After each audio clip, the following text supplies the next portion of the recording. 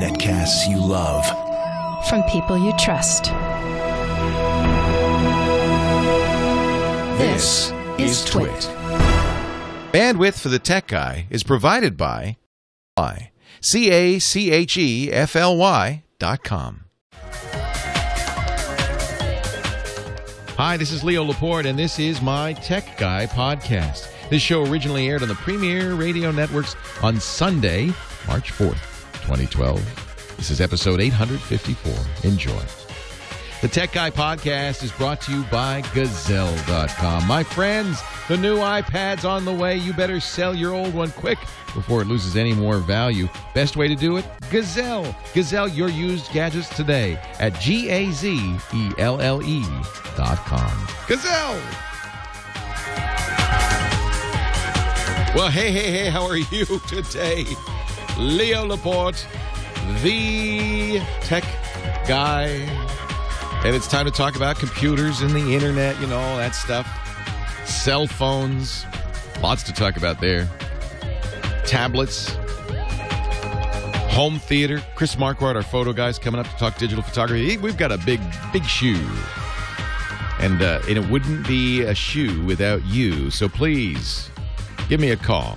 8888 Ask Leo. That's the phone number. I love answering questions. If you've got comments, suggestions, if you want some definitions, some hand-holding on the information superhighway, that's me. That's me. I'm the guy. I'm your guy. 8888 Ask Leo. That's 888-827-5536. Toll free from anywhere in the U.S. People sometimes say, you say that so fast, Leo, I can't write it down. Here, write this down. Tech Guy, that's me, labs.com. TechGuyLabs.com. What do you get when you go there? You get the website. Not a great website. I'm the first to say it. It looks like it was designed in 1998, and it was. But it's got notes from all the previous episodes there, including this one, 854 total. It's also got a link to the chat room. We love having you in there. 891 people in there already. Must be raining or snowing or something. People are staying indoors. There's also the phone number there, and that'll make it easier for you to call. Links to the iTunes subscription, stations you can listen on. We're all over the country. All of that stuff is at Tech, and all our sponsors too. TechGuyLabs.com. And, of course, I strongly encourage you to keep that written down. So if you hear something on the show, and you don't have to write it down, James DeRuvo's doing that and doing a great job, and he'll just write it down for you and put it in the show notes, and it'll be there. We are in the midst of redesigning it. What an experience this is. It's a good experience for me, I think, because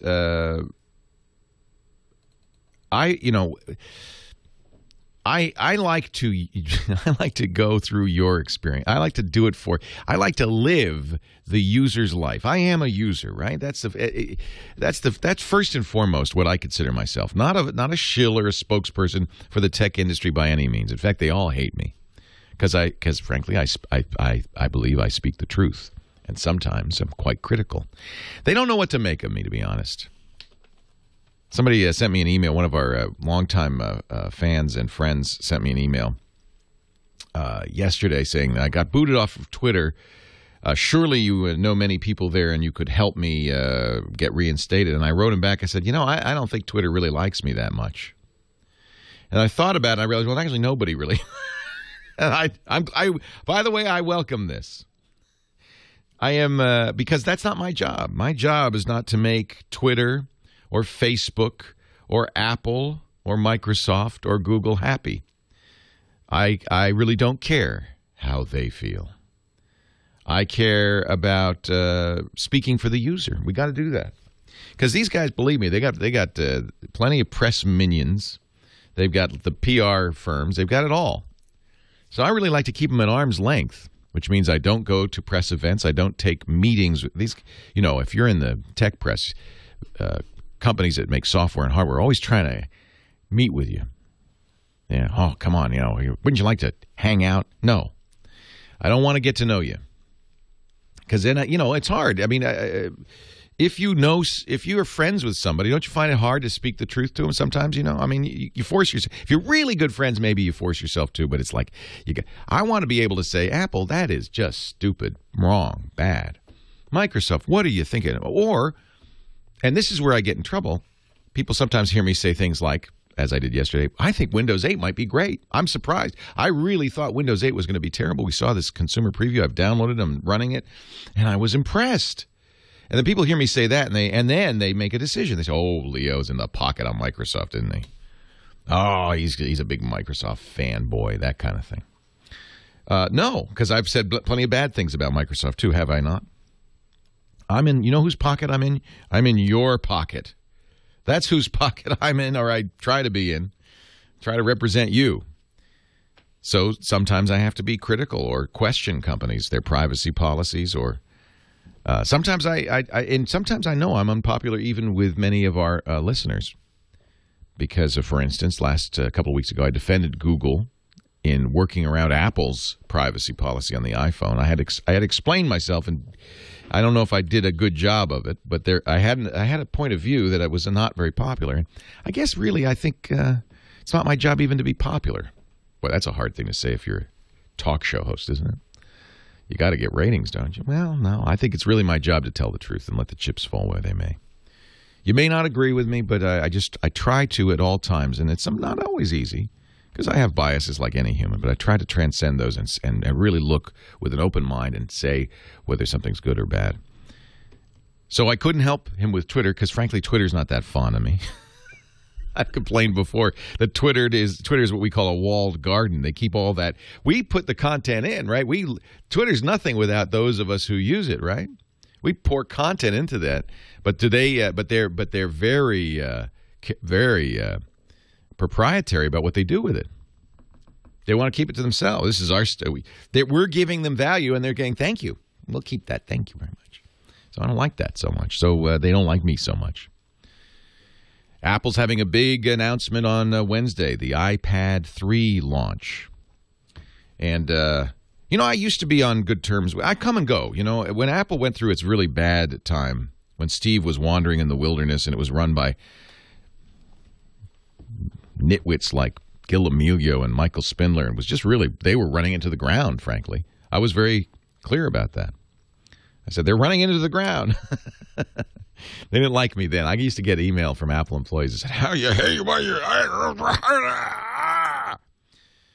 And the Steve came back and turned the company around. And I use a lot of Mac products, Mac computers, Apple computers. I love the iPad. So some say, "Oh, you're a fanboy." Well, if it's a good product, I'll say it. Then when the iPhone came out, I was crazy about that. Used that for a while until Android got good. Now I only use Android. The Galaxy Note. I just go crazy. I love this phone. It's so great, so much better than anything Apple's done. Oh, you're an Apple fanboy. Oh, you hate Apple. Oh, you must be a Google fanboy. People think it's like football that you have to be a fan. You have to root for somebody, or you can't. I root for the user, for us. So Apple doesn't invite me to their events anymore because I've been a little critical of Apple. Nevertheless, the good news is, even though Apple doesn't stream these events and only invites, I'll be honest with you, they don't invite anybody who they don't think will be positive about their products, which I think is kind of reprehensible. But that's they're a private company. They get to do what they want. But we'll cover it, of course. March 7th, that's Wednesday. Apple is going to announce the new iPad. May not be called the iPad 3. It'd be called the iPad HD, perhaps. I think because it's going to have this new high-def screen. This Apple brands it Retina display, incorrectly brands it a Retina display. The idea of Retina is you can't see the pixels, the dots on the screen with the naked eye. Of course you can. Yes, you can. And this one is even lower resolution than the so-called Retina iPhone. This one is going to be 2048 by 1536 on a 9.7-inch screen, which is still a very, very, very, very good screen. And I think people will see this. I have a feeling people will see this and go crazy over it. We'll see what else they do with the new iPad, what they'll do with pricing. I could tell you the rumors, but no one really knows. In fact, we're not even sure it's a Retina display, but I feel fairly confident it's going to be that, at least. And I will have one. My sources at Apple tell me that they will be on sale starting Friday. So with any luck, I will have one next week. We got lots to talk about. Let's go to the phones. Leo Laporte, the tech guy. I'm such a pack rat.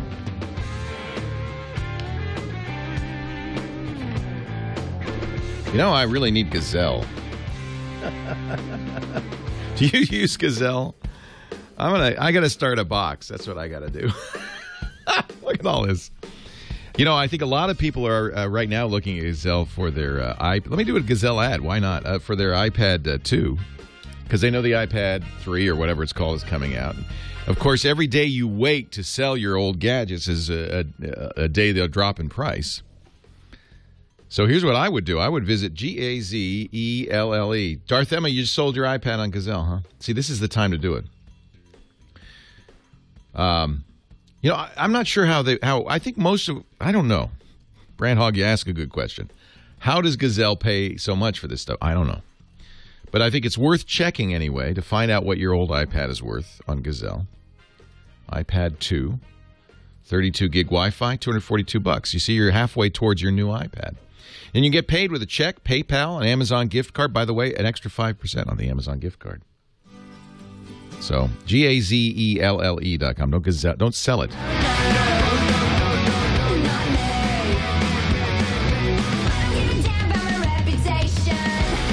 Leo Laporte, the tech guy. 8888 Ask Leo. Talking about the new iPad, whatever that's called. We're talking about Windows 8. Lots of new phones, too. I'll talk a little bit about the HTC One, which looks to be the greatest Android phone. The one I use, and it's not for everyone to understand because it's so big, is the Galaxy Note. But I like it. It's a 5.3-inch screen, so I call it a phablet, halfway between a phone and a tablet. And the more I use it, the more I love this thing. But I think there are some really exciting Android phones coming out soon. In fact, many big ones now. There's even a rumor going around, I don't know if I credit this, that Apple might be doing a medium-sized iPad. I would guess they won't brand it the iPad. They'll brand it a iPod Touch Senior or something. Giant. It's 7-inch thereabouts. The rumor just keeps on coming. It's so funny because Steve Jobs said for a long time, no, we're never going to make it. Well, you don't believe 7 inches makes any sense. And Apple does have to be careful because they don't want to have too many. This is one thing Apple's always done well. Now, of course, Steve's no longer with us, so it's possible that Apple will deviate from this course. But when Steve came back to Apple in '97, he cut a lot of products. He drew a big plus sign on the blackboard. He literally brought everybody in, drew a big plus sign on the blackboard, said, okay, there's 4 categories here, 4 corners. We've got professional and consumer. We've got desktop, and we've got portable. And we're going to do one product in each category. So they've got the Mac Pro for professional desktop, the iMac for consumer desktop. They've got the professional MacBooks, a MacBook Pro, and the less expensive MacBook, and I think the Air is probably in there too, in the consumer division. And that's it.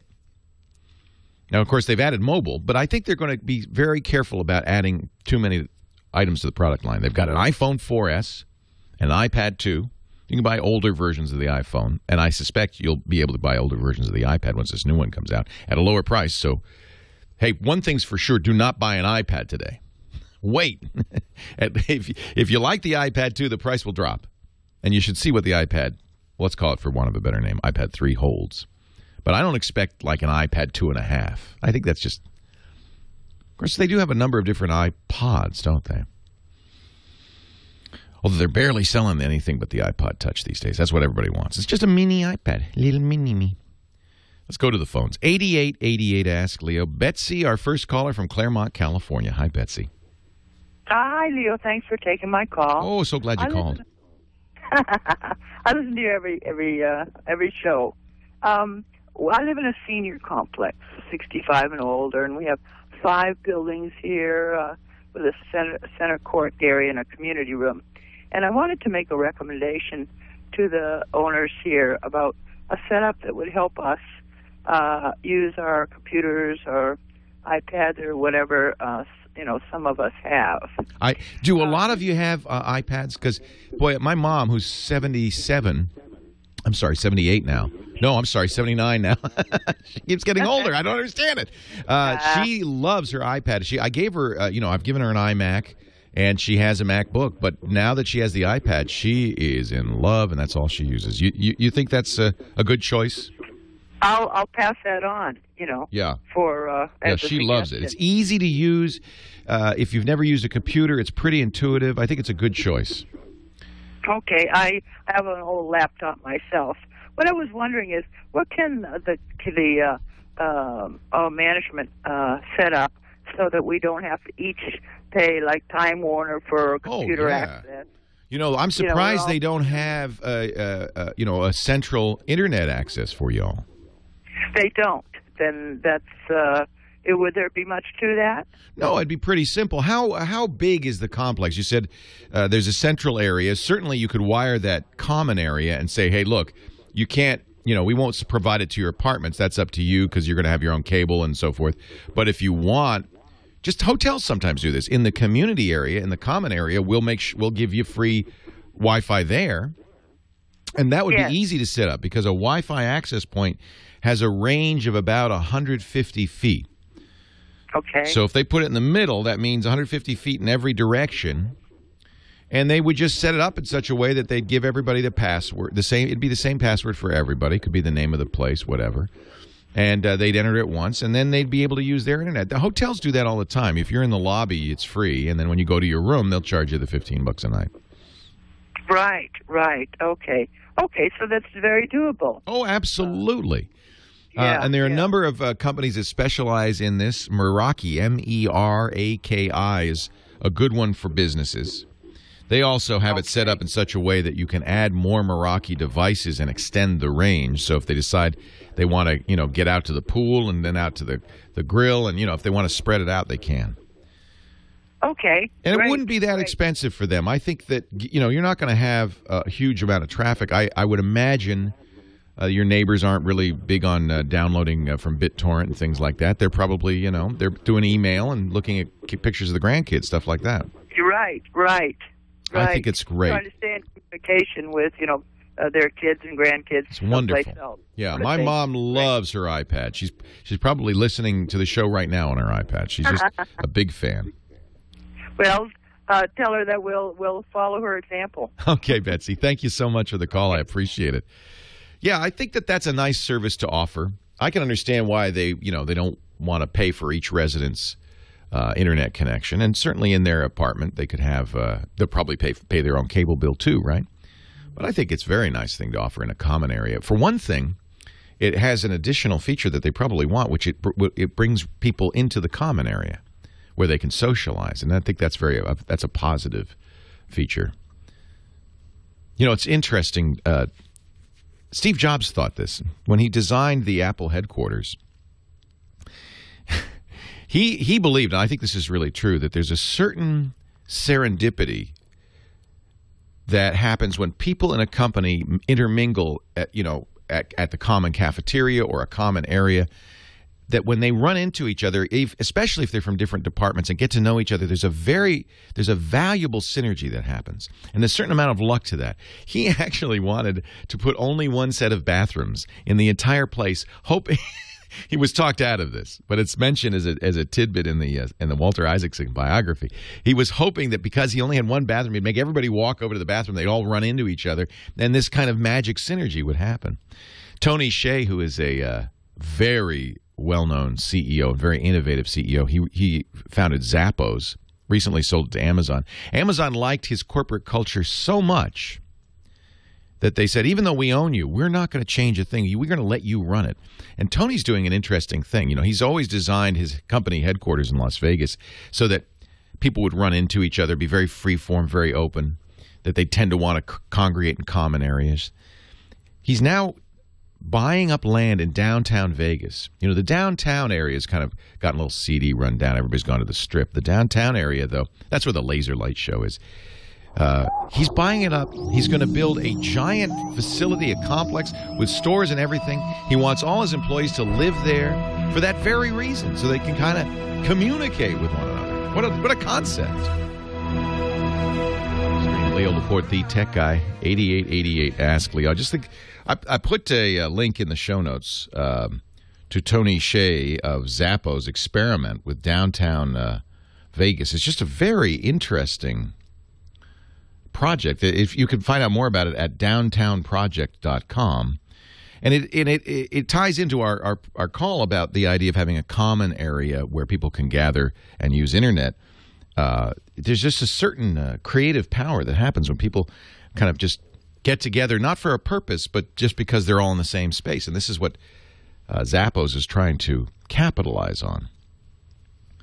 It's said that one of the reasons there are so many startups in Silicon Valley, and particularly internet startups in San Francisco, is because they all kind of feed off of each other. And once you get a few there, like Twitter and Facebook and so forth, it just kind of grows. Matthew, Harrisburg, PA, you're next. Leo Laporte, the tech guy. Hi, Matthew. Hi, Leo. Hey, thanks for taking my call. Thanks for calling. I have some photos. Quite a few, actually, ever since the 2001 Macworld in New York, where I got my first digital camera. I've been snapping pictures ever since. What was that camera in 2001? Was that a quick take? It was a Canon PowerShot, one of the very early ones. The early digitals were not very good, were they?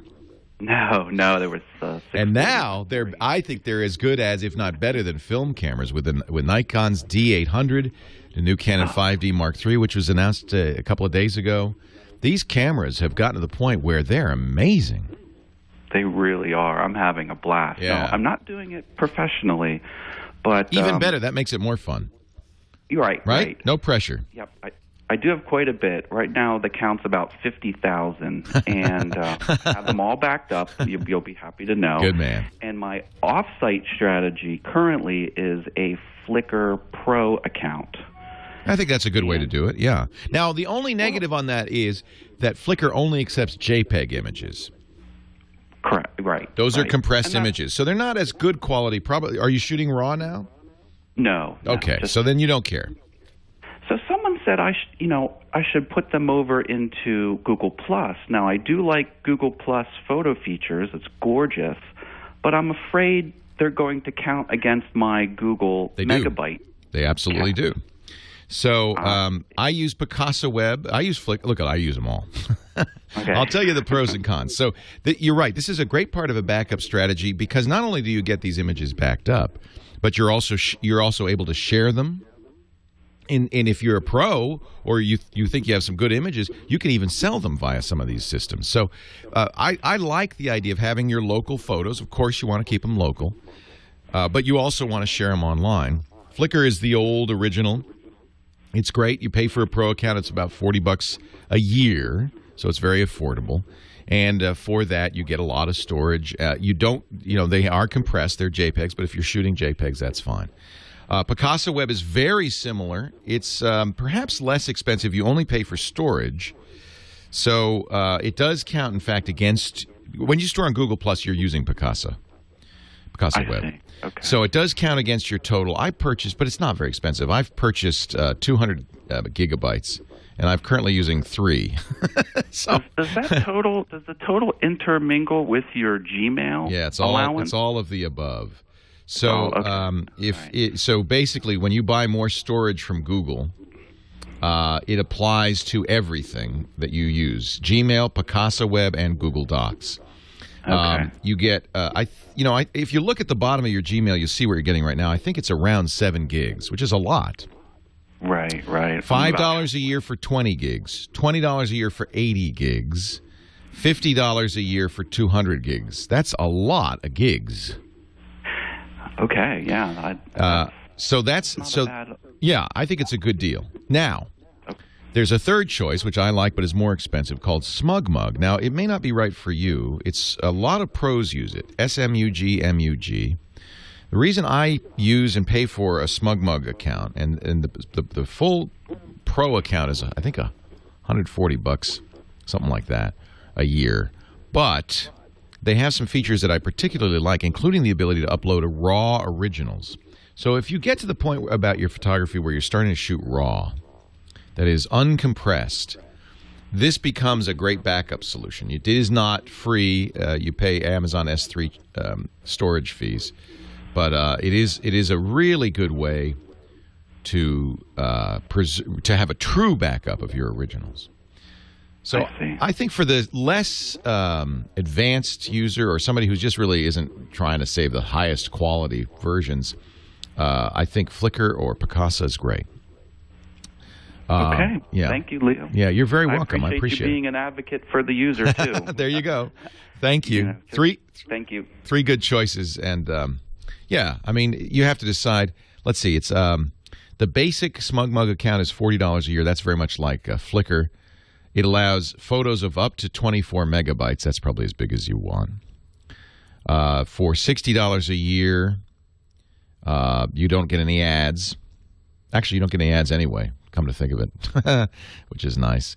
You get a few more homepage building tools. This is why pros use it, because they can, and I do it. If you go to my personal site, leoville.com, you can see my SmugMug gallery. Looks just like Leoville. It isn't. It's served by SmugMug, but they let you customize it kind of infinitely. You can also store video if you pay $60 a year.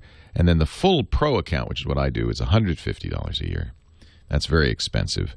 But you get additional features, and in all cases you can sell. Although the pro account lets you make money on your stuff. Actually, I guess you have to have a pro account to sell your photos.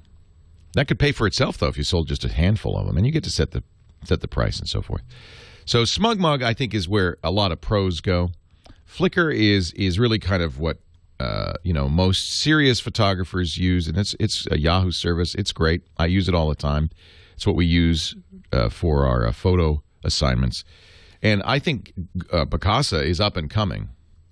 It's become, thanks to Google pushing Google Plus and so forth, it's become a great place. If you use an Android phone, by the way, Picasa is great because it'll automatically upload all your images, just as Apple does with the iCloud. There are other choices, but I think those are the big 3 right now for storage. John in San Diego, Leo Laporte, the tech guy. Hi, John. Hey, Leo. How you doing? Wonderful. Welcome to the show. Well, thanks. I got a question for you. Sure. It kind of tails in with your last caller there. If you go to, I have a Flickr account, and if you look it up, on Flickr, it's kind of hard and kind of clunky to get to it. So I suggest people Google it. Yeah.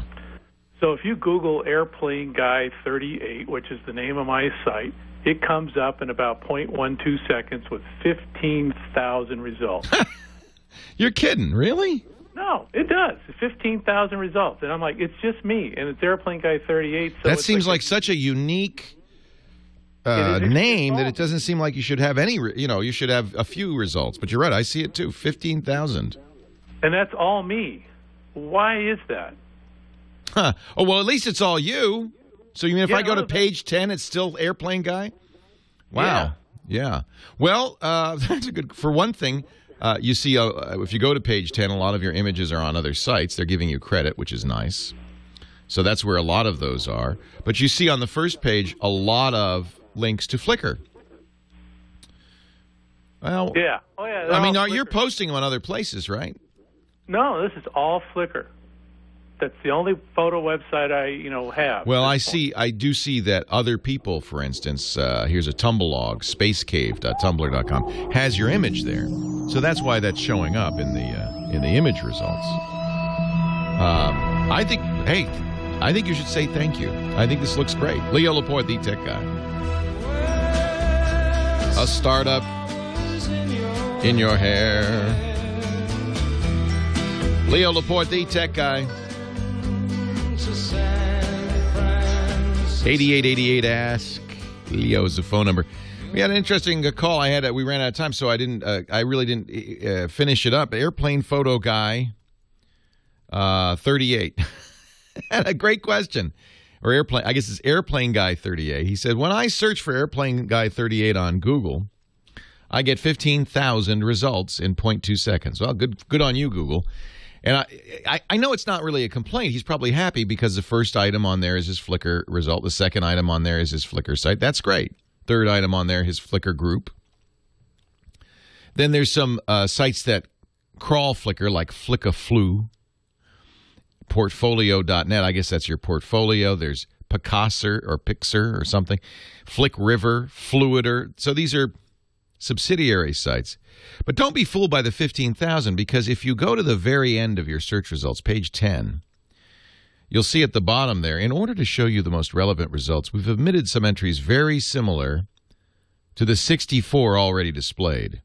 So, really, there are 64 results, which is about right. It's a good thing because, you may want, John, you may want to know, well, is this South Korea site stealing my photo? No, they credit you. So that's nice. But really, there are only 7 pages of 63 results total, or 64 results total. So that's good. That's good. That means Google's doing exactly what it should do, and it does this all the time. In fact, that you shouldn't really necessarily believe those numbers when you see the 15,000. It really is. Wow, these are nice. By the way, these are really nice pictures, John. It really is just saying this index. We got a lot of entries for you in this index. But when they display them, they display just the ones that are not duplicates of each other. Google's out there crawling all the time. They use what they call spiders. See, it's the World Wide Web, and these spiders traverse the web, indexing pages.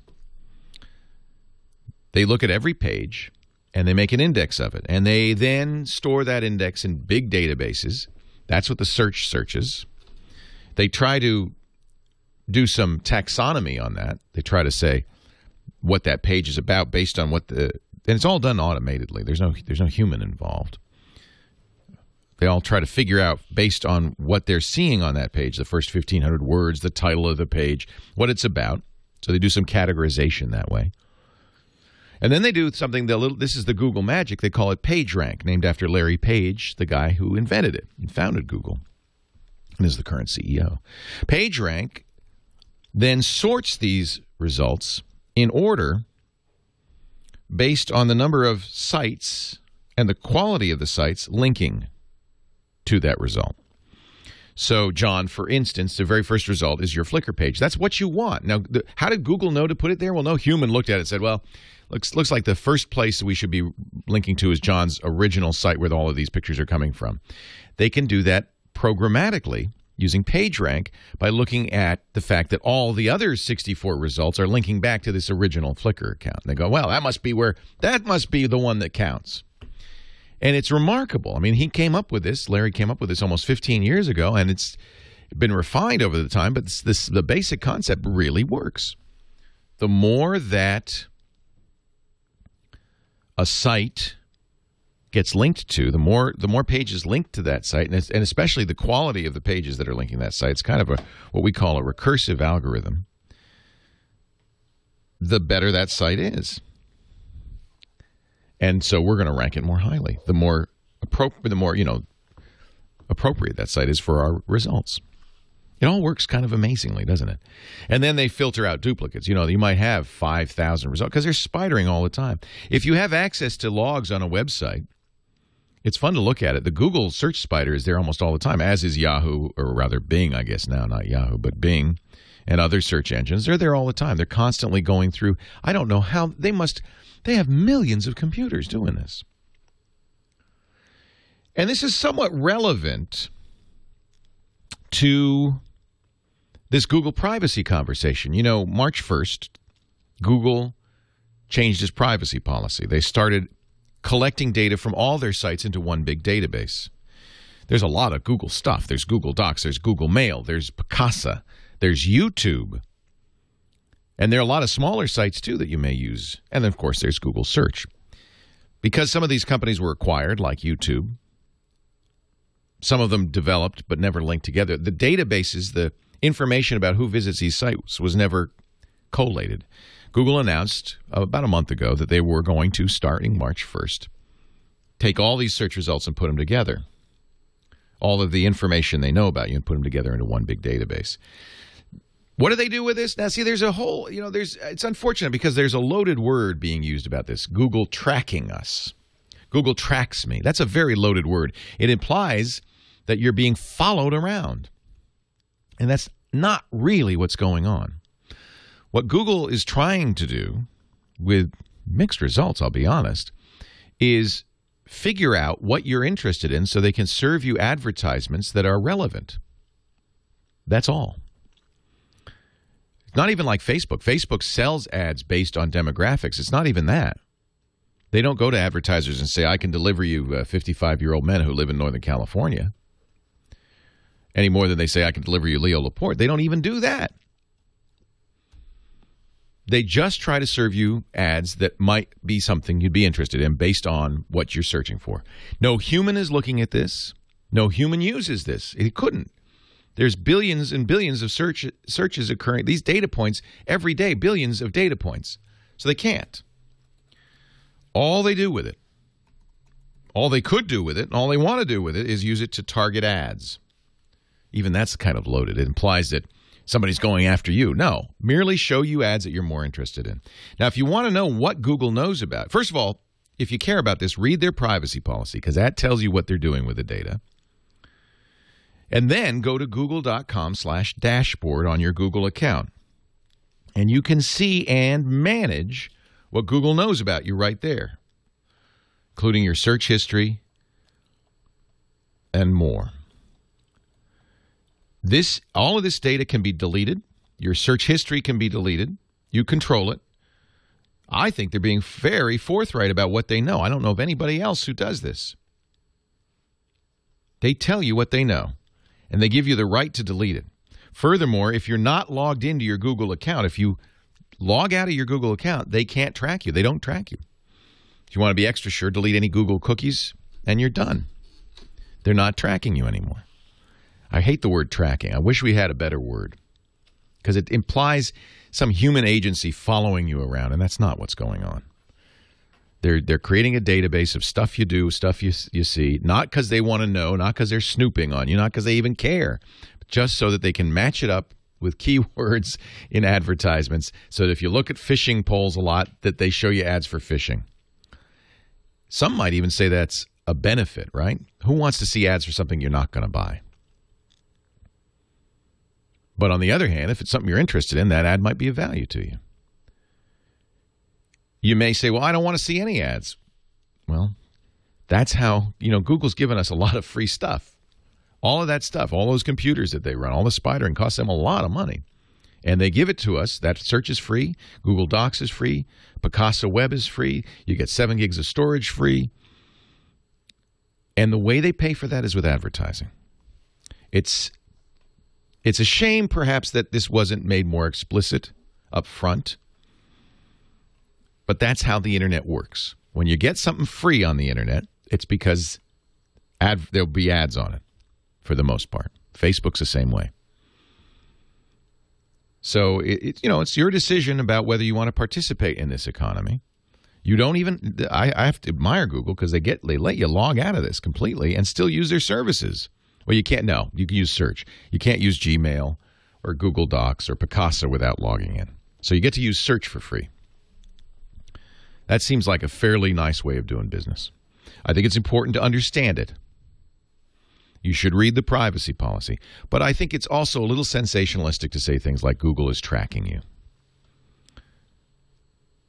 And I guess we don't have a better word. Google is keeping track of everything you do, not because they care about you or they want to know about you or they're selling that information to anybody. They're not. They keep track of what you do so that they can serve you ads that are of interest to you. Seems like a fair trade.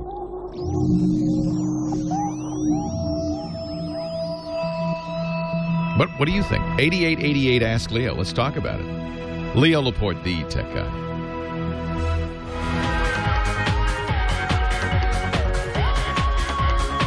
Well, a good day to you, Leo Laporte here, the tech guy. 8888 Ask Leo. That's the number. Phones are ringing, and I'm going to answer a lot of questions here today. 888-827-5536. I've done enough talking. Let's talk to you. Starting with Lane, who's been very patient in Signal Hill, California. Hey, Lane, welcome. Leo Laporte, the tech guy. Hi, Leo. Hey. I'm terrified of Google, too. I'm afraid they're going to make me pay for all the things they do for me. Yeah, you don't want to do that because we get a lot of free stuff from Google. Yeah, one of the thing I'm calling about is the Google Maps navigation that I live by. I just love it. It does so much. And I'm going to go to Italy in May, and I'm terrified that I'm going to have to live without it. No, here's the good news. Google Maps. I use Google Maps liberally in Europe. I haven't been to Italy since Google Maps was around, so I can't give you personal experience, but I have used it in France many times. It's wonderful, and I know it works in Italy. So here's the issue, though. Remember, Google Maps uses data. And so when you're roaming with your U.S. phone outside the U.S., you're paying international data rates. In order for Google navigation to work, of course, the GPS in your phone tells the Google where you are, but then Google has to download those maps. It uses a server to give you turn-by-turn directions. All of that is going on in an interaction with Google, so that's using data. So you've got to be very careful. It's very easy to end up spending lots of money if you haven't arranged for an international data plan. Who's your carrier? AT&T. So AT&T does have an international data plan. In fact, I almost always use this when I go overseas. I'll bring my iPhone or an AT&T phone because those are compatible with overseas phone systems usually. It's a GSM system. And then for roughly $1 a megabyte, you can buy more international data. So then you know how much you're going to use. I usually, you can get anywhere from 10, 20, 50, 200 megabytes of data a month. 200 megabytes is $200. Yeah. But that's lots less than you would spend if you were going to use, if you didn't do that and you pay the international roaming costs. So I have to figure out how much Google Maps actually uses. Yeah, I mean, you can do that right now. What kind of phone do you have? I have Android, a Motorola Atrix. All right. So the Atrix has data usage information, I believe, but you could also download an AT&T wireless app. In fact, this is probably what I would do, and monitor. Start using that Google Maps and monitor it. You'll only get a rough idea, but you'll get an idea of how much data it's using. It's also extremely important when you're overseas to monitor it, because if you buy 200 megabytes, you don't want to go over because it gets very expensive very fast. Is it possible if I unlock the phone? Is it possible to buy internet? Yes. SIM card over there? So absolutely, it's a little more complicated, but you can go to an Italian phone store. Buy a SIM for a phone. Again, you're right. It has to be unlocked. That Atrix you bought from AT&T is not currently unlocked, but you can unlock it.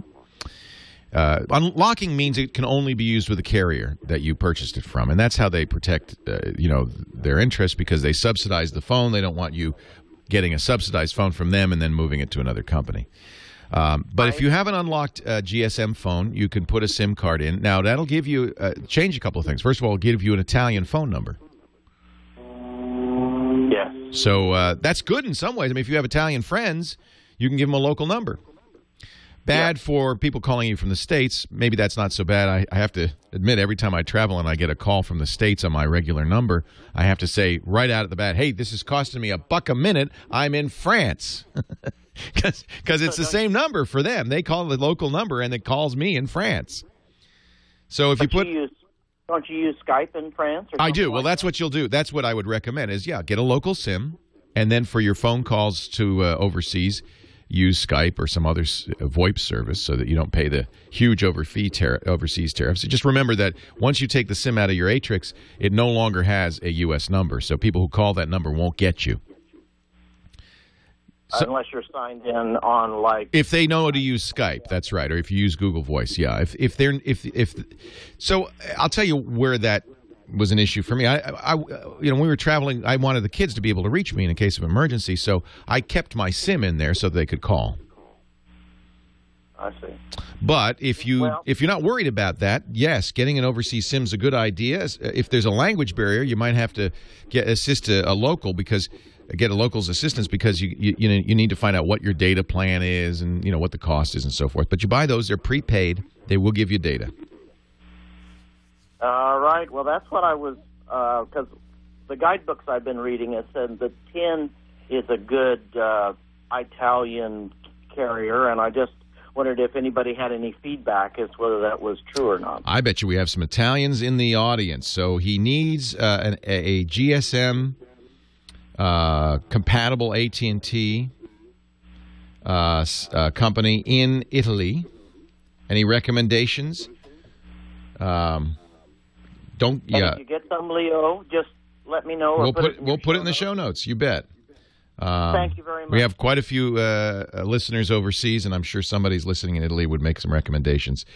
What you'll do is if you're in a city, you'll go and you'll see there's a bunch of different phone companies, and you can go in there and you can tell them. And if they speak English, which many do nowadays, you'll be able to get it clear what you want. They're recommending also a program called Viber, VIBER, which lets you I guess make VoIP international calls and text messages. That's another thing to keep in mind. Text messages can cost an arm and a leg if you don't arrange for an international plan.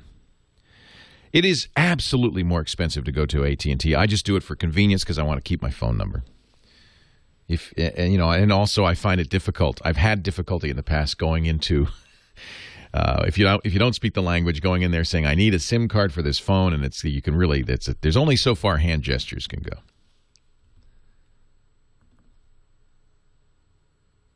8888 Ask Lee. I'm just checking the chat room to see if anybody had any suggestions. I think Google Maps is fantastic. In fact, I love having a smartphone when I travel. It has changed how I travel. If the Zagat guides work in that area, as they do in Paris, you can find restaurants, hotel guides, the maps. And Google Maps is great because it has directions for driving, but also for mass transit and for walking. I'll usually download apps that give me, in Paris, for instance, the metro maps, so I know how to get around on the underground. It is so much easier to travel now. It's just fantastic. And yeah, you could set up Google Voice. The Sue's saying, what about using Google Voice and then having it forward to your Italian number? Absolutely. If you've been using Google Voice, as I do now, I give people. I feel sorry for my family because they're coming to me constantly saying, "What phone are you using now? What's your number today?" So I finally got a Google Voice number. It's easy to remember. It spells my name. And I just say, this is the number for the rest of my life. I just told my mother this morning. She said, what number should I use to call you? I said, Mom, this number. This is my only number. This will be thy number for the rest of my life. And what you do is then you go to Google Voice and you say, when anybody calls that number, ring these phones. I think you can get up to, I don't know how many, 5 or 6. So when I get a new phone or you get a new SIM card, you set it up through Google Voice. Google Voice will make a call to you.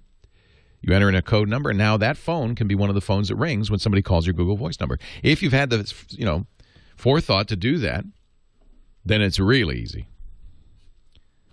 No trouble at all. We're talking about computers, the internet, cell phones, camcorders, about 33:30 after the hour. Chris Marquardt will join us. He's going to talk about photography, and in fact, in particular, about portrait photography. You don't have to have a fancy camera. You can even use your phone to get great portraits. Chris Marquardt will give us some tips on how. That's coming up. Leo Laporte, the tech guy. Stay tuned. Leo Laporte, the tech guy. 8888. Ask Leo. Kyle Benham, our musical director. He always picks such great interstitial music. And it's part of the fun of the show to try to figure out why the heck he's playing that. 8888 Ask Leo. That's the phone number. You'll find Kyle's playlists at the on the show notes every day after the show. TechGuyLabs.com. Jenny in Anaheim, California, you're next. Hi, Jenny. Leo Laporte, the tech guy. Let me press the button. Uh-oh. Hi. There we go. Are you there? Yes, here I am. Okay, I'm going to get off the hands-free, though. Oh, good. Yeah, I'd like to hear your voice as if you're talking right in my ear. Yes. Hi, Jenny. Hi. I have this new iPhone. I love it. It's the one with Siri. Yes.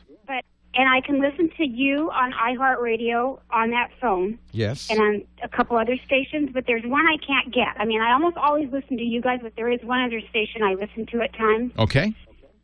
And I've been to Verizon and I've been to the Apple Store. So let me explain what iHeartRadio is. This might help you. iHeartRadio is an application created by a radio company called Clear Channel. Right, okay. And they own a lot of radio stations, but not all radio stations. Although it might seem like it. They own all my stations. Clear Channel is my syndicator through Premier. They're an owner, and they own, I think, 800 or 900 stations in the country. But not all stations are on iHeartRadio. For that, I recommend a different... There is another radio program. There are many radio programs for the iPhone. I happen to like one called... let me look. I think it's Tuner Internet Radio or TuneIn. Let me see. I can't remember the name exactly. It's TuneIn, TuneIn Radio. They have a free version and they have a pro version. It's just in the App Store. So search the App Store for TuneIn. Okay. And you'll find a great number of Internet stations on there. I'll tell you what. I own it. Tell me what station you want, and I'll see if I can find it. Okay. It's KSWB 980 AM. K Sam or K Frank? K like kite, F like Frank. W, B like boy. Yeah, I got the W in the, yeah. KFWB News Talk 980. Right. Is not available. So they have decided, in their infinite wisdom, not to make themselves available. Yeah, let me just see. There's another place to go. There's an internet radio directory called Reciva, RECIVA.com. Let me just go to there. RECIVA, like Reciva. Okay. And every internet radio station, it's a directory. So let's see, KFWB. Let's see if they're on here. This station is on Reciva as an MP3 station. I don't know why. Let me see if I can hear it. I shouldn't be doing this because, of course, they're a direct competitor with our mothership. I know, but you guys are mostly what I listen to, I promise. Good. Keep listening to KFI. But there's one... Yeah. It may be that... I would go to Reciva and see. I see it on here. But what happens... I'll tell you what happens. It costs money for stations to broadcast on the Internet. You know, it's upside down. From the radio station's point of view, it's goofy. The way a radio station works, you put all the money in up front. You know, you build the tower, you buy a transmitter. All that money's up front. And then if 1 million people listen or one person listens, it costs the same. The electric bill's the same. Everything's the same. The Internet's upside down. The Internet, one person listens, it costs whatever, a couple of cents. 2 people listen, it costs twice that. 4 people listen, it costs 4 times that. 1,000 people listen, it's 1,000 times that. So Internet radio bills started arriving at these stations, and their station managers just went, yeah. You mean it's going to cost us this much money? And then they found out, worse, international listeners, listen, and they can't make any money off of them because the advertisers don't care. And so it gets very complicated. So it's not unusual for radio stations to say, for instance, Clear Channel and iHeartRadio will not work outside the U.S. because they can't make any money off of those people, and they cost them money when they listen. I disagree with that. I think, frankly, any promotion is good. I make for instance, my audio and video for all my shows available internationally for free, but I understand if you're not in that's because I'm in the Internet business, right? But if you're not in the Internet business, yeah, I might. So I see KFWB on Reciva.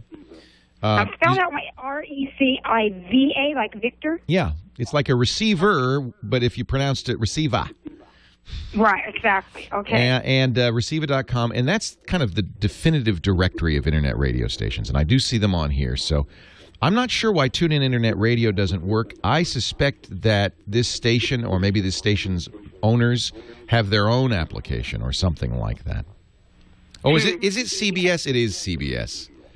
Okay, it's a CBS station. And they have the sports talk radio thing, the 980 sports. talk radio. You know what happened? You know what happened? CBS did this. This was, again, I disagree with it, but it's their right to do it. All the CBS radio stations were pulled off of iHeartRadio and of TuneIn Internet Radio. Mm-hmm. So you have to go to radio.com. And radio.com. Radio.com, and they have, I'm told by the chat room, there's an application for that radio station. This is the CBS radio network. This is what they decided to do. Okay. So I go to radio.com, and then I just put in search for... Yeah. They have an app.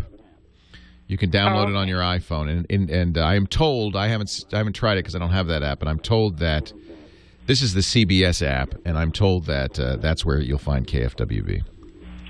All righty. Well, like I said, you guys are definitely my favorite. Good. You keep listening to KFI. Don't get me in trouble with them.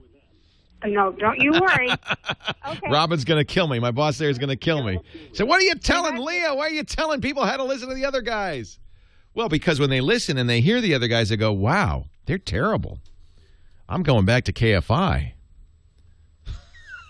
You know, it's like, it reminds me of Miracle at 34th Street. Remember the Santa at Macy's where he said, well, if Macy's doesn't have it, why don't you go to Gimbel's? And Mr. Macy went crazy until he realized what a brilliant marketing strategy it was.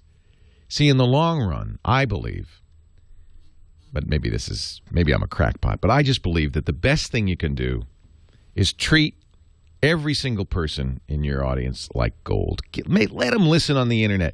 Let them listen any way they want to. It's good for you. Don't restrict it. Open it up. And then the cream will rise.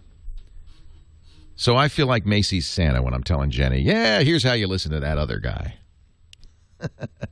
I think it's crazy that CBS pulled all of its radio stations off of TuneIn Radio. I love TuneIn Radio. It's a great app.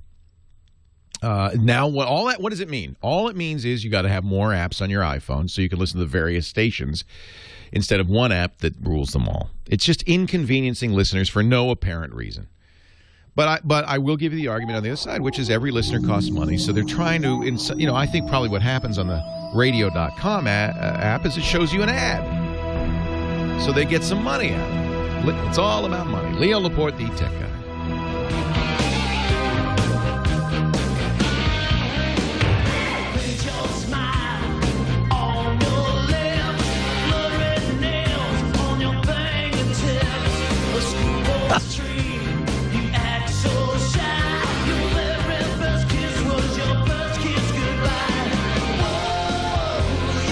This portion of the Tech Guy Show is brought to you by FreshBooks. FreshBooks, an easy way to use online invoicing.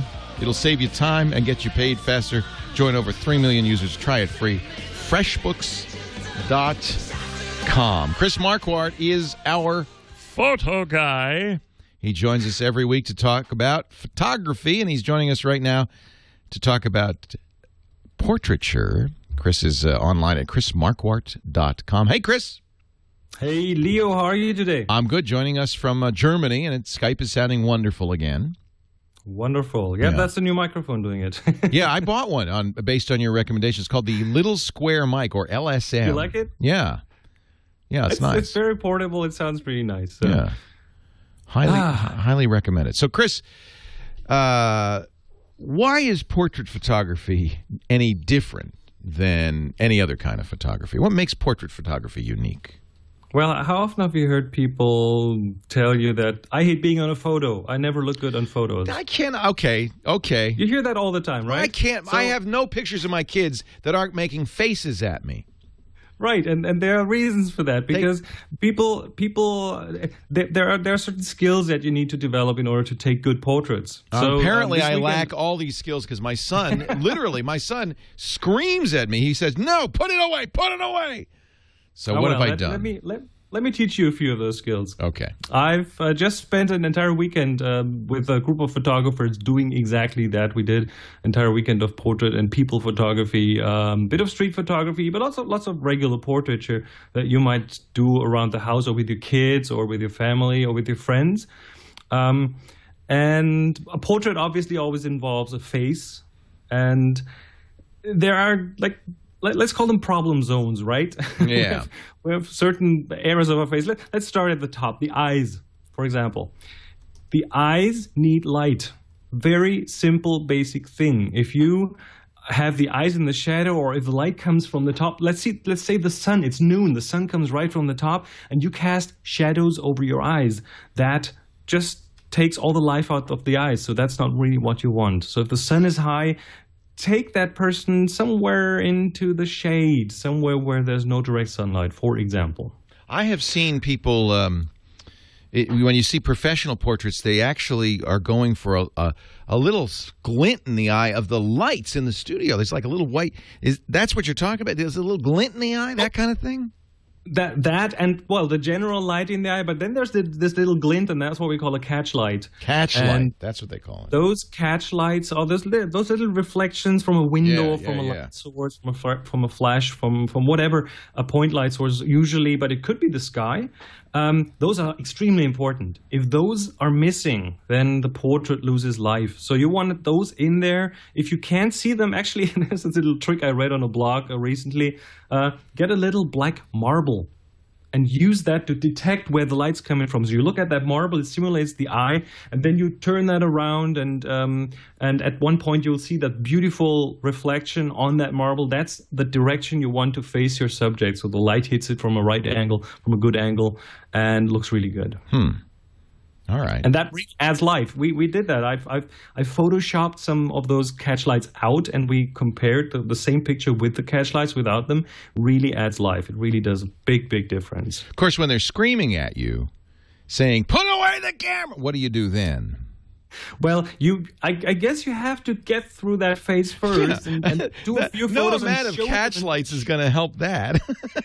You have to build trust, obviously. But build trust. There's the problem. Use these things, build a bit of trust, and then after a while, people will understand that you're actually not that bad at it, and that they can use those pictures for their avatars or on the website. I have done that. I've said that. Oh, this will be a great Facebook profile shot. I do do that. Yeah. Yeah. So the eyes, that's the first thing. Light in the eyes and the catch light. Second thing, let's go down the nose. We are not that symmetrical. Now, that's one of the things about beauty. One of the things about beauty is that most supermodels, they are very, very symmetrical. Their noses are exactly straight and these kind of things. We see bent noses, scrunched up faces. That we see as ugly, as opposed to... Well, not really ugly, but not as pretty.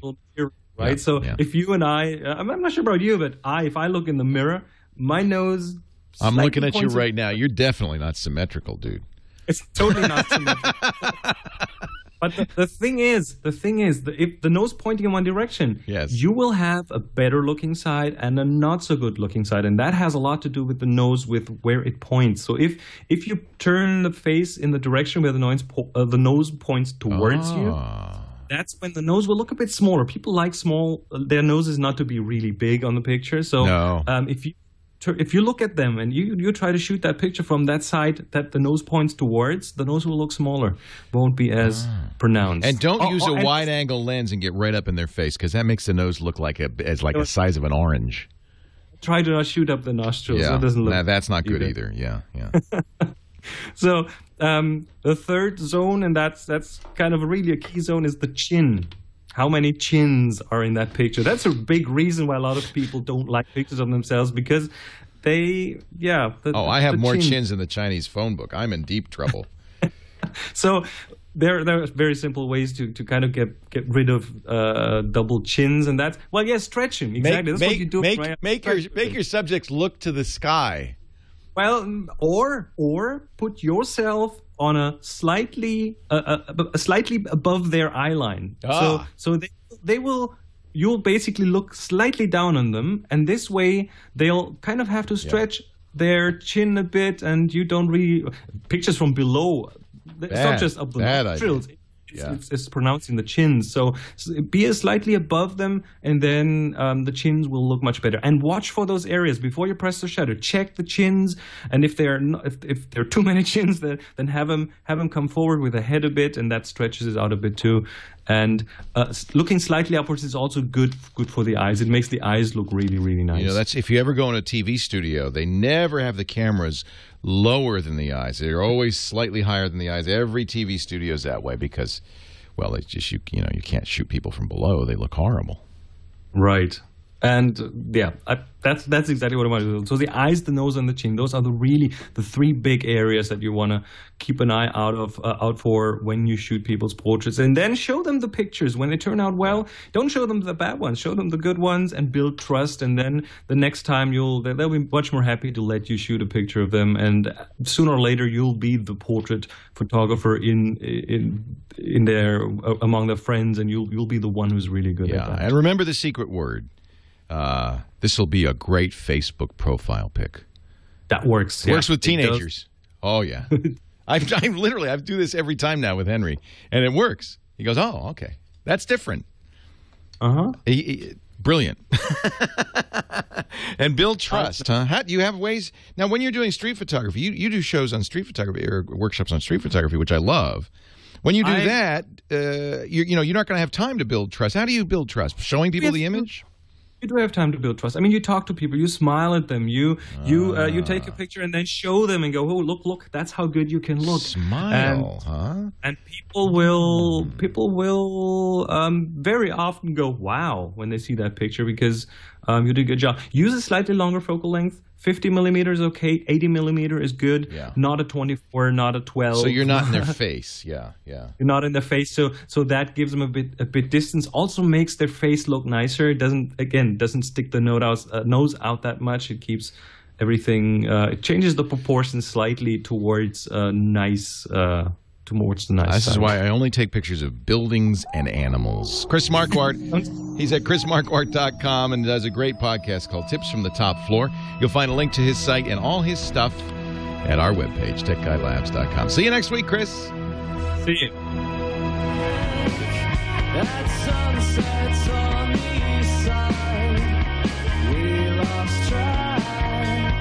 Leo Laporte, the tech guy, 8888 Ask Leo, chrismarquardt.com. That's the place to go. Our assignment continues. We're only in the first week of it, so there's plenty of time if you want to participate.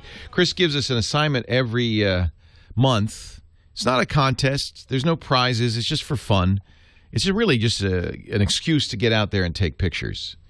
And as much as I love photography, I need that impetus. So our current assignment is language. Take a new picture. Don't use some old picture. This is about getting out there and taking a new picture to somehow illustrate or showcase the word or concept language. Any way you want. You must tag it with the word language and then upload it to Flickr. If you have a Yahoo account, you already have a free Flickr account. If you don't, it's easy to create one. It's Flickr without an E, FLICKR.com.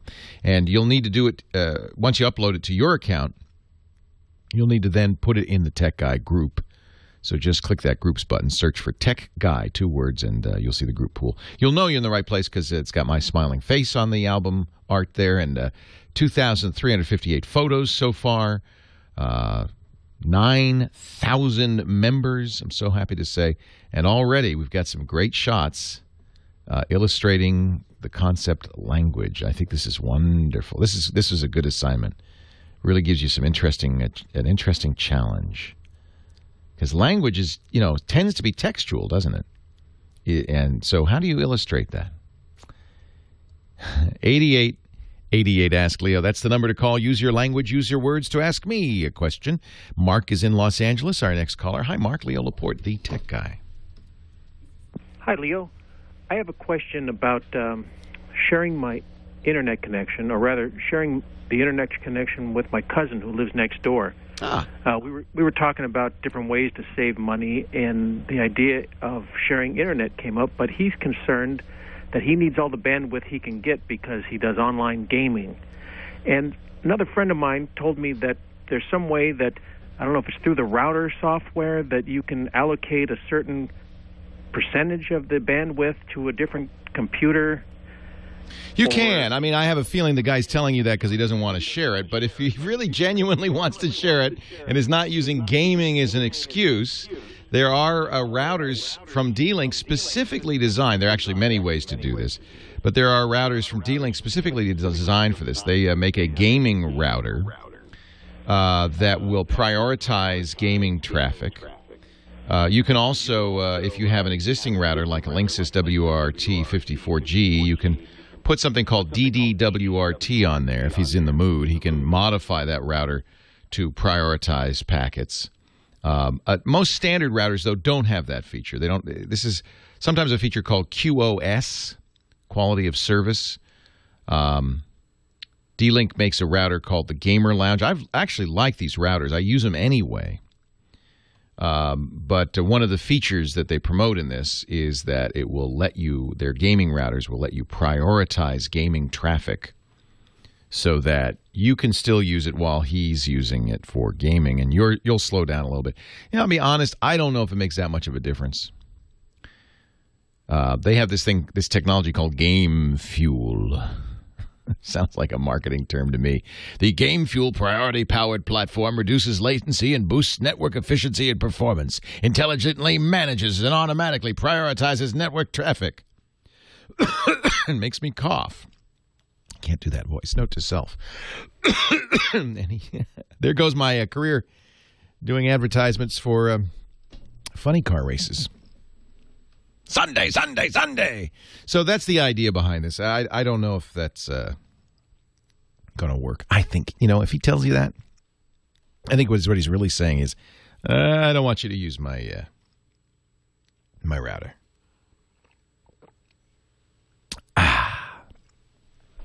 Although Insane Techie in our chat room says, I had that router, worked very well, used it with 3 Xboxes on one network, it worked amazingly. So, there you go. I brought tears to my eyes with that. I'm not, I can't do that voice. Golly, can you cancel all the funny car race ads that we had scheduled for after I get off? Because let me say, Sunday, Sunday, Sunday, watch the race. The funny cars, nitro-fueled funny cars. Yeah, I can't do it anymore. It's gone. David wants to read books. He wants to know whether a Fire or an iPad 2 would be better. I will help you purchase. I love spending people's money. I'll help you purchase in just a bit. Also, Carol on the line from Fremont. You're coming up, Melanie in Corona, Ben in El Paso. Don't y'all go anywhere. Let's see here. David in Monrovia, California. You wanted some buying advice. Hi, David. Hi, Alex. How are you? I'm well. Thank you for calling. Great. My question is, what I want is a platform where I can read books and also watch a few movies, and that's really all I want to do. Now, would the Kindle Fire be good, or should I wait and wait for like the iPad 2, like the price to drop down and get that? Well, I mean, I don't think the iPad is ever going to cost $200, which is what a Kindle Fire costs. I mean, that was the thing that Amazon did right. First of all, it's a little smaller. It's a 7-inch, not a 10-inch, which the iPad is. So, if you want a bigger screen, you're going to pay a little more money. But in terms of capability, if it's just what you described, just reading. Right. And some movie. And will you use Netflix? What will you use to watch the movies? Yeah, probably Netflix. Yeah. So Netflix is on both platforms. When you turn the Kindle sideways and you compare it to an iPad, it's about half the screen real estate.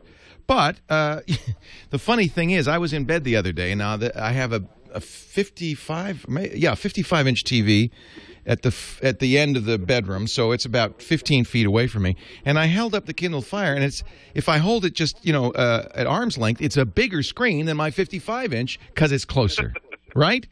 So the only issue is how close can you get before you start seeing pixels? And I think at arm's length, a Kindle Fire is big enough. It's certainly more portable, and it's certainly cheaper. I actually like the Fire. I think it's a very, very good deal. And if all you want to do is read books and watch movies, it's great. Now, I do think you should wait at least till Wednesday, because that's when Apple announces the new iPad. And presumably they're going to, I would guess, drop the price on the iPad 2, but it won't be $200. My prediction is $350 or $400. Oh, okay. So you're not going to get down to $200. Okay, great. The nice thing about the iPad is, of course, it does a lot more. It's faster. The new iPad, which will be $500, is going to have an incredible display and will be good for movies, I think. But, you know, and they're going to push it. By the way, beware, there will be a lot of marketing guff from Apple about this display. The HD. For a long time, Apple said, and they were right, that an HD movie looks just as good on an iPad 2 as it does on a big screen TV because of its size of the screen. But now they're going to say, oh, no. Our screen will do full HD. It's so much better on a screen that is 9.7 inches, which is the size of the screen on the iPad. It doesn't matter. It doesn't matter. Hold on. I'll talk some more about this. This is a good subject since we're going to sell these. They're going to be selling these in a few days. Hang on. I'll talk some more after the break. Leo Laporte, the tech guy.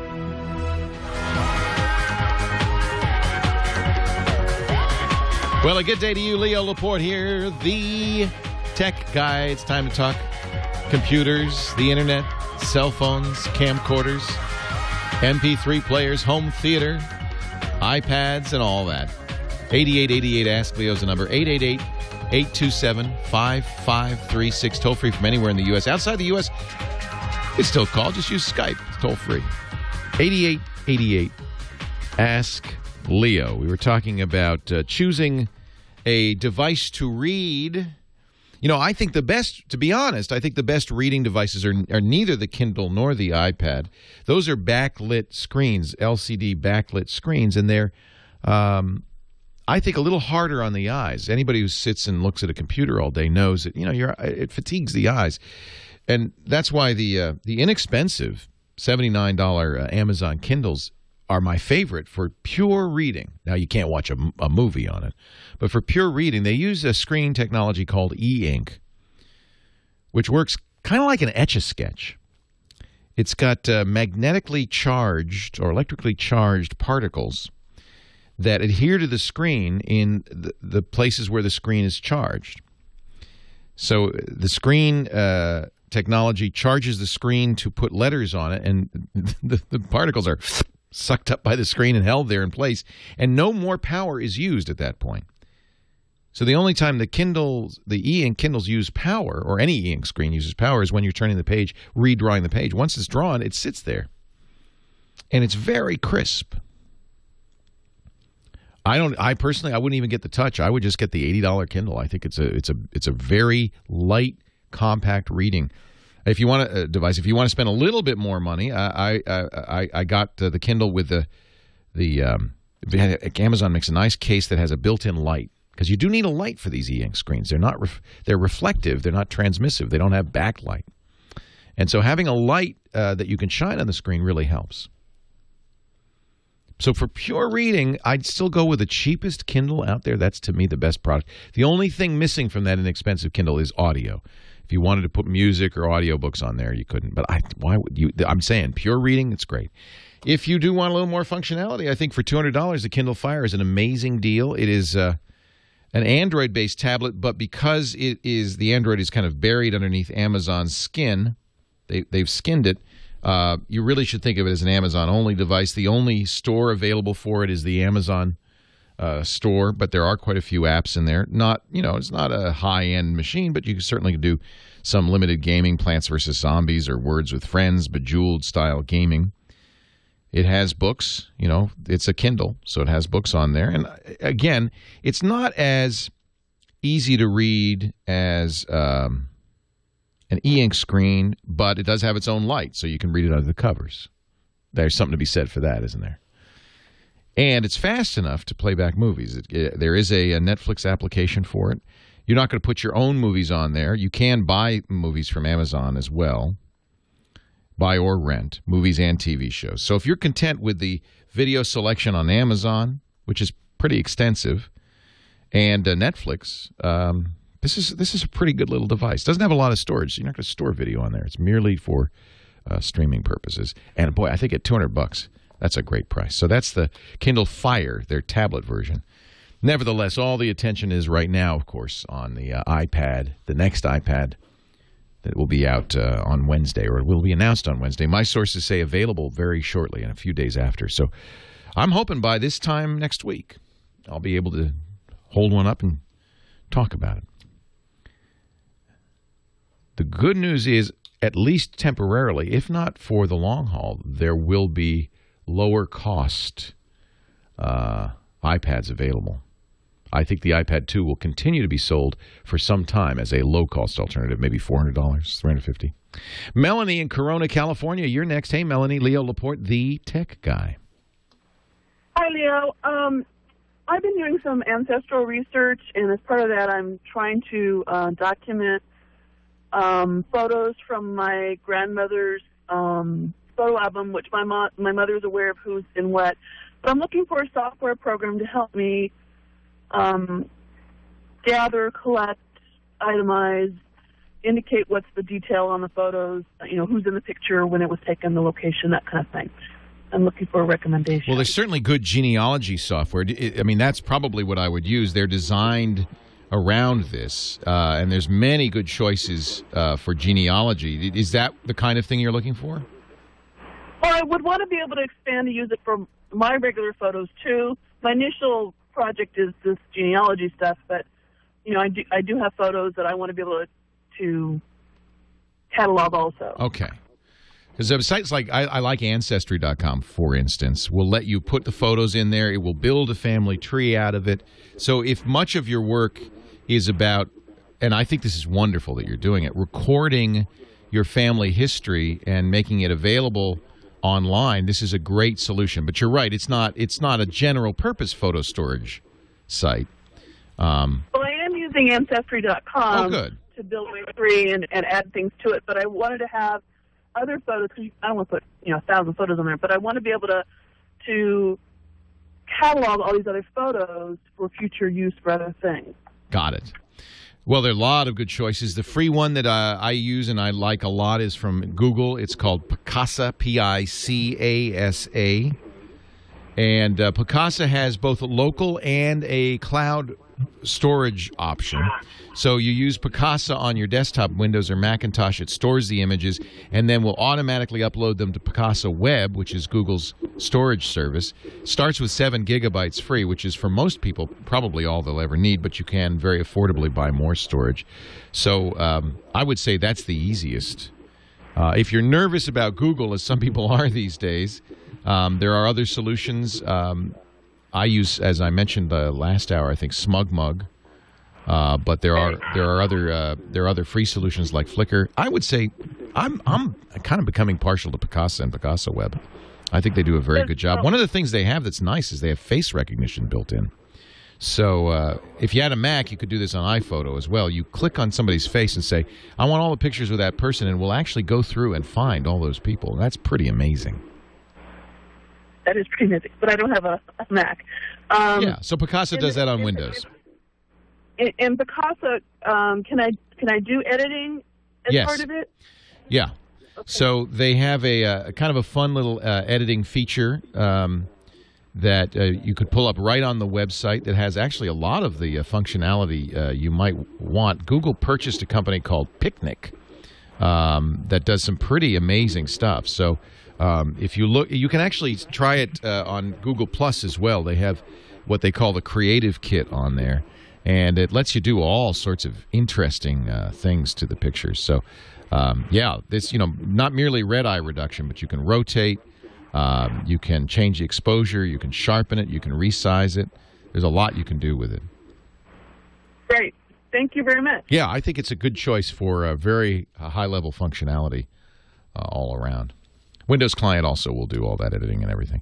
Now, I guess you should probably, if you're a Windows user, look at what Microsoft's doing, particularly as Windows 8 comes out later this year.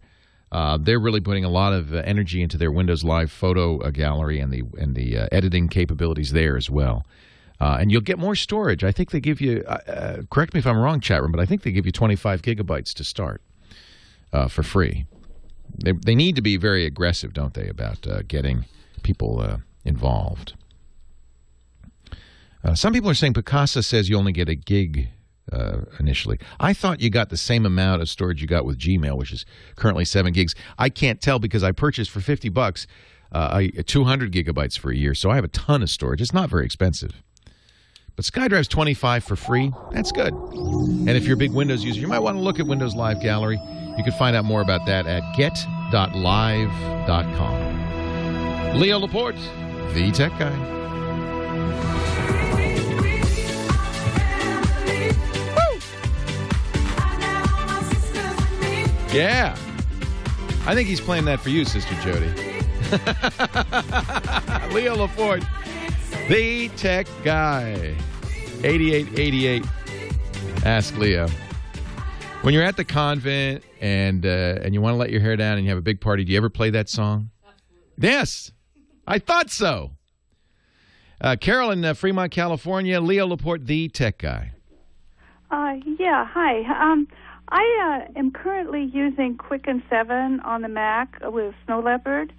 I just use it to manage checkbooks and savings accounts, not investments. But I like to use it, but I also want to upgrade to iCloud. Which means going to Lion, which breaks Quicken, doesn't it? Yes, exactly. And I'm currently thinking the easiest alternative would be to get a bare-bones Windows computer. Oh, don't do that. Oh, my gosh. You're going to break my heart here. So there's a couple of things going on. Blame Intuit on this. Intuit refused to update Quicken for so many years. It requires a compatibility layer called Rosetta that Apple's finally... Is it Rosetta? Apple's finally just abandoning. Actually, no, it's Carbon, isn't it? It uses Carbon, and Apple says, we're not going to support that forever. So they need to make a Lion-compatible version of Quicken for the Mac. They say, Quicken says it will be available soon. Oh. What soon means, I don't know. You could wait, I guess, till they update that. But they are supposedly working on that. The problem really is that what they're going to do is they're going to bundle the Carbon libraries in and do it that way instead of doing what they should do, which is update the freaking program. So you might want to look at, there are alternatives. There's other checkbook programs. There's Kaching and programs like that some people like a lot. What's interesting is I think that Quicken, or Intuit, the makers of Quicken, truthfully want you to move off Quicken onto their Mint platform. They bought, a couple of years ago, they bought a website called Mint, MINT.com. Okay. And what Mint does is it does it kind of automatically for you. And I think that, I would bet that really what's going on here is that Intuit just says, please Quicken, go away already. And and so they're not going to update this. Now, I use Mint and I like it, but it may not do all the things that you want to do. What Mint does is you connect it to your accounts, and Mint automatically pulls in all the information. Gives you graphs, gives you stats. You can go through your checks by number. You can see what transactions were. In fact, if you use it on a phone, it'll give you, which is one of the reasons I use this, it'll give you alerts when somebody spends more than a certain amount. They can have spending limits. It'll tell you, you spent 50% more on your food budget this month. All of these things are the kinds of things that I think people use Quicken for. If you're one of those people that uses Quicken to check up on the bank, make sure that they did it right, it's not going to be good because you're basically trusting the bank to do it right. Yeah, I don't really use it online at all. I just check my credit union website and then compare it. That's about all I ever do. Yeah, I think a lot of people, do you print checks? No, I don't even do that. I would, before you move to Lion, what I would do is just set up a Mint account. It's free. Okay. And see if it does what you want. What I love about it is I really got tired every month of entering in all my checks or downloading them and entering them in and stuff like that. True. So this just does it. Now, you might say, well, gosh, I don't want to give them that information. They use the same middleman the bank uses. So you're not really giving them any information they don't already have. Oh, so, great. Yeah, it's safe in that respect. They use a service called Yodlee that the banks use to keep track of all that information. So it's complete. I trust it. It's completely safe. You're not losing any privacy based on that. And it's so easy. If what you're doing is doing this on your computer so that you can get information about budgeting, keeping track of what you're spending, keeping an eye on things, this is great. If what you want to do is print checks or check up on the bank, make sure they're doing it right. I did Quicken for years, and the bank never made a mistake. Right. I figure, they're probably all right. Okay. Is it possible to migrate your old Quicken data into Mint? No, but that's an interesting question. I don't think so. Boy, that would be a good idea, wouldn't it? I don't think so, not that I know of. I think what you'll do is you'll just go to Mint and give it your account numbers, credit cards, loans, banks, savings, and then from then on, it just tells you what your net worth is, what you got in each account. It updates it automatically. I mean, it's for people like me who are very lazy. Okay. But so what I would do is I wouldn't give up on Quicken yet. I would try Mint for a little while and see if it does what you need it to do. Okay. All right. Okay, I will do that. Thank you, Carol. And if not, I wouldn't go out and buy a Windows machine just to keep using Quicken. You just wait till Quicken updates. By the time it does, it'll be actually perfect timing because Quicken will update it and Apple will go to Mountain Lion right about the same time. Okay? Okay, thank you. Thanks, Carol. I appreciate it. They have put out Quicken Essentials, huh? A stripped-down version. There are other choices. Rather than buying a Windows machine, Kim Tyson points out in the chat room, you could just buy Windows, a copy of the software, and run it on your computer using a virtual machine on the Macintosh. That's true. Just to do Quicken, that would make more sense than buying a computer just to do that. Hey, no matter. Joe in Cerritos, California. Leo Laporte, the tech guy. Yes. No, Mr. Laporte. Hey, God Joe. bless you and all the work that you do for us here in Radio Land. Thank you. My pleasure. Thanks for listening. Question regarding, what is your take on Viper Rescue by Sunbelt Software? VIPRE, not VIPER.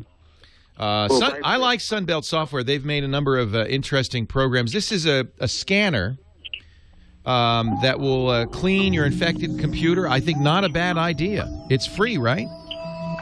Correct. I would say it's a great additional tool to have. Highly recommend it. Leo Laporte, the tech guy.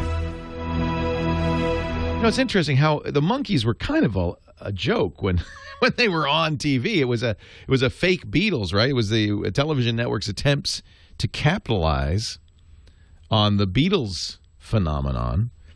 But what's interesting is how well their songs hold up. You know why? Because they got some of the best songwriters of the time to write their music. And they were excellent performers in their own right. Davy Jones was great. Mike Nesmith, who's gone on to have a real career.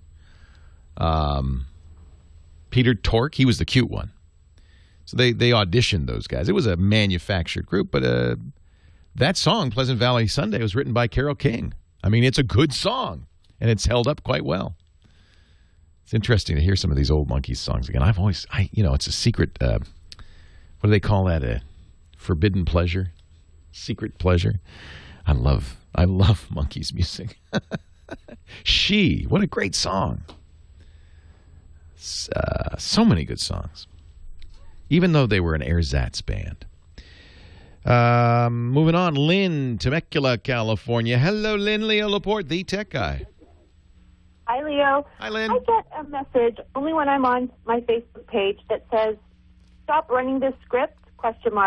Right. A script on this page is causing your web browser to run slowly. If it continues to run, your computer might become unresponsive. And I keep pressing yes, and the message does not seem to clear. I really hate computer error messages with a passion. I'll explain what's happening and why it's so useless and why it's just really annoying. So most websites, certainly Facebook's a good example, have a lot of scripting on them. In this case, the program language, it's a program that's running it. The programming language is JavaScript. And your browser is warning you that it started a JavaScript program running, but it hasn't returned. It's kind of still going. And that's hanging everything up. It can't finish drawing the page until that program finishes. I guess it has to show you that. But it's so useless because there's nothing you can do about it. So I guess the question is, why is this happening? What browser are you using? Internet Explorer, and I have ESET per your recommendation. So good. That's not malware or anything. It's not malware. No. It's just Internet Explorer moving slowly, basically. It could also be an internet connection failure. Sometimes that happens. In other words, if your internet connection is slow or doesn't, in order to run the script, it has to get the whole thing. It's not slow. It's not slow on any other site. I hate to say this, but I'm not a big fan of Internet Explorer. It's one of the problems I find with Internet Explorer. I recommend you download and use a different browser. There's two good choices. My favorite, both of these are free, by the way, and they don't eliminate Internet Explorer. You can continue to use it, but I just think you won't have as many problems. My favorite is Google's Chrome, which you can get from google.com/Chrome. The other is Firefox, which you can get from firefox.com. I think that it's likely that you won't get these error messages with Chrome. Chrome's faster. And then through that browser, go into Facebook? Yeah. Just use that instead of Internet Explorer for all your tasks. I see. Yeah. What'll happen when you install it, it will say, hey, do you want me to be the default browser? And you say, yeah. And then you won't be using Internet Explorer anymore. A whole world of problems will go away. Just let me make sure one thing, though. You have updated your system. You're using a recent version of Internet Explorer? Yes. Okay, good. It is very important to make sure, and I say this all the time, if you're using Windows, to make sure you run Windows Update and always do all the updates for security reasons. Okay. All right. Well, I will try that. Thank you very much. And if it happens, it's just, it's nothing to really worry about. All it means is that there's code on the Facebook. Facebook has a ton of scripts on it. Everything. What's happened is the way the web works has changed. It used to be when you go to a website, and this is when I say used to be, I mean 1997. You would go, a long time ago. Gosh, it's 15 years now. You'd go to a website and you'd say, I want to see a page, and the page is already done. All that the browser is going to get is a bunch of text, some images, and it just puts them on the screen. There's nothing. It's what we call a static web page. Nowadays, when you go to a website, no. It's a dynamic web page. It's created on the fly for everybody each time you visit. And the way it creates itself is, first of all, the web server runs a program on its side. In the case of Facebook, it's a PHP program that generates the content. And it has to do this, if you think about it, because every time you go to Facebook, it's a different page, right? Well, that's how it's doing it. It has to pull images, pull in the timeline, blah, blah, blah. So there's a lot of work going on. In fact, it's amazing that Facebook is as fast as it is, considering the amount of work that's going on. Then, that's not all. Then, in order to do some of the layout stuff, some of the things that Facebook does on the page, it runs code on your machine, JavaScript code on your machine that does some of the layout. For instance, it's JavaScript that allows that ticker on the right to move in real time. That's all done in script. It's code running in your browser. And so the message you're getting is an error message from your browser saying, I'm trying to run a script, but it's just not running, or it's not finishing. I don't know what to do. And it could be it's not that Facebook's not responding. It's that your browser is kind of stuck, is molasses. It's mired. So my suggestion is use a better, faster browser, and you probably won't see those error messages. There's nothing you could do about those error messages, really. You can't fix it. And if you're on a page like Facebook, man, this thing is loaded with scripts. You want to see the scripts? You can you could view source. Most browsers will let you look at the source code and look for the word script in the source code, and you'll see a whole bunch of scripts running. And these are things that are drawing the page on your browser. Most of the time, the scripts are not, in fact, embedded into the stuff that you're seeing. The scripts are loaded from Facebook's site. So that could be another source of a problem. If a script is not loading, it could cause a problem. You can turn scripts off. There are programs to do that. There's a program for Chrome called Script No. There's a program for Firefox called No Script. And if you do, you'll get it's a fun experiment. Facebook won't look the same. It'll work kind of, but not very well. Most of what you're seeing when you load a Facebook page is a result of scripts running programs running in your browser to generate that content. Almost all of it.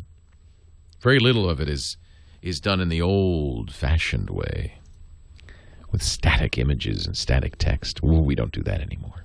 That's so old-fashioned. Ben is in El Paso, Texas. Hello, Ben. Leo Laporte, the tech guy. Hello, Leo. Nice to talk to you again. The question is, I'm running Vista, and I hear you talking about Windows 8. Oh, my. The computer world just doesn't sit still, darn it. Yes. I mean, I was listening to you yesterday talking about it. So should I be upgrading my Vista Premium to Windows 7? Because eventually Microsoft is not going to be supporting... Well, this always happens. The good news about Microsoft is, unlike many other companies, they pledge to support their stuff longer than most, at least 10 years. So you've got time. You don't have to abandon Vista. I think 7's better than Vista, but since 8's on the way, maybe just wait till 8. Leo Laporte, the tech guy. Let's see. Joel is on the line from Simi Valley, California. Hey, Joel. Leo Laporte, the tech guy. Whoops. Oh, there he is. Hi, Joel. Oh, I blew it. I pushed the wrong button. It's my fault. Call back, Joel. He wanted to use, correct, Kyle or Gina, tell me, he wanted to use, he wanted a camera for his boat, right? Like a spy cam? All right. So we use in the studio, and you can actually see this if you want, a drop cam. TWiT.tv. There's two solutions I would recommend. If you want a continuous solution, in fact, our friend Dick DiBartolo has his boat cam. I'll see if I can find that. Chat room, do you have Dick's boat cam link? TWiT.tv/dropcam will show you our studio. And these are live cameras that you can see. There's the new drop cam, which is the top one. That's their so-called high def, although I find it a little bit not quite high def, but it's 4:3. And then if you want to see an actual boat camera using a drop cam, tinyurl.com/Gisneyland, GIZNEYLAND, and you can see Dick's boat. So he uses this to monitor his boat in the boat base and make sure everything's okay. It even has audio, which is kind of cool. We can actually hear the sounds of the East River. So that's kind of neat. He actually keeps this inside, though. It's not weatherproof, and something to be aware of is that this is inside the cabin pointing out a window. Now, there are cameras that are maybe a little easier to use. There's one from a company called ViewZone. I know about them because I actually have some back here I've just installed. And this company's buying advertising on one of our stations, so they sent me some cameras. And I'm impressed by that, but there is a different product. It's not for continuous viewing because they're battery-powered. Now, that's a real advantage for some people because battery-powered means you can install it wirelessly. You can just put a suction cup on the side of your boat. These are somewhat weatherproof, too. And they get, about 6 months life on the battery. And the way they do it is they're not on unless you go visit them. Both of these solutions, DropCam and ViewZone, are using Wi-Fi networking. They're wireless networking. So you would need a Wi-Fi access spot within range. And then what happens is when you go into the ViewZone site on your smartphone or your computer, it turns the camera on. That's why it doesn't, you can do it with a battery. If we're on all the time, I doubt it would last very long. DropCam needs power. You plug it in, but then it stays on all the time. Both have similar features. They have kind of built-in recording on the site so you can go back and look. One account for the ViewZone allows multiple locations. That's kind of neat. You can get packages of cameras, 4 and 5 cameras. Both of them are available via a smartphone, so you can check in on an iPad or a smartphone and see what's going on your boat. I think for ease of install, these ViewZones are probably the best solution because you don't have to have power. That's going to make it much easier on your boat. And it does have a sensor that will detect motions. With the ViewZone Personal Video Network. And okay, yeah, thank you very much. I don't really need to run that ad there. I was looking at the video on here. VueZone or dropcam.com. Both are very good solutions. Just kind of depends on your needs. Hey, we're going to come back and take another call. I've got Joanne on the line from my old home state of Rhode Island. She wants to use Magic Jack. We're talking about voice over the internet, using a internet connection for your telephone service. Joanne in Rhode Island. Hi, Joanne. Leo Laporte, the tech guy. Hi. I wonder if you can tell me something about the new Magic Jack Plus. It says no computer required. How does this thing work? How could it work? You're seeing a lot of TV ads for it lately, aren't you? I see them in my local paper. Yeah, they're advertising like crazy. All of these things are designed to use your internet connection to make phone calls. It says no computer required. No computer required, but internet connection required. Internet connection required, okay? So it's kind of the case that if you had an internet connection, you probably have a computer. Right? Yeah, no, it doesn't. All of these systems, they're doing the same thing, which is essentially they're using your internet access to make phone calls. Now, the idea of the Magic Jack Plus is you can just plug it into the wall, but it still uses Wi-Fi because it still needs to get online somehow. So you plug in your Ethernet or you plug in your Wi-Fi, and that's how it works. It basically does the computer part for you.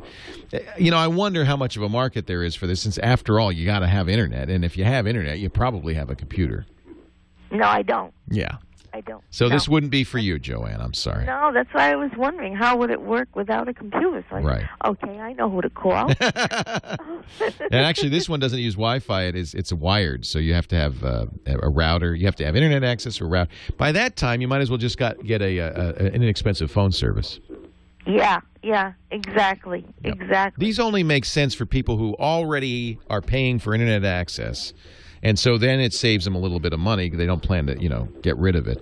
The other side of this that you should know about is 911 does not work as well on VoIP services because, unlike your landline, they don't know where you are.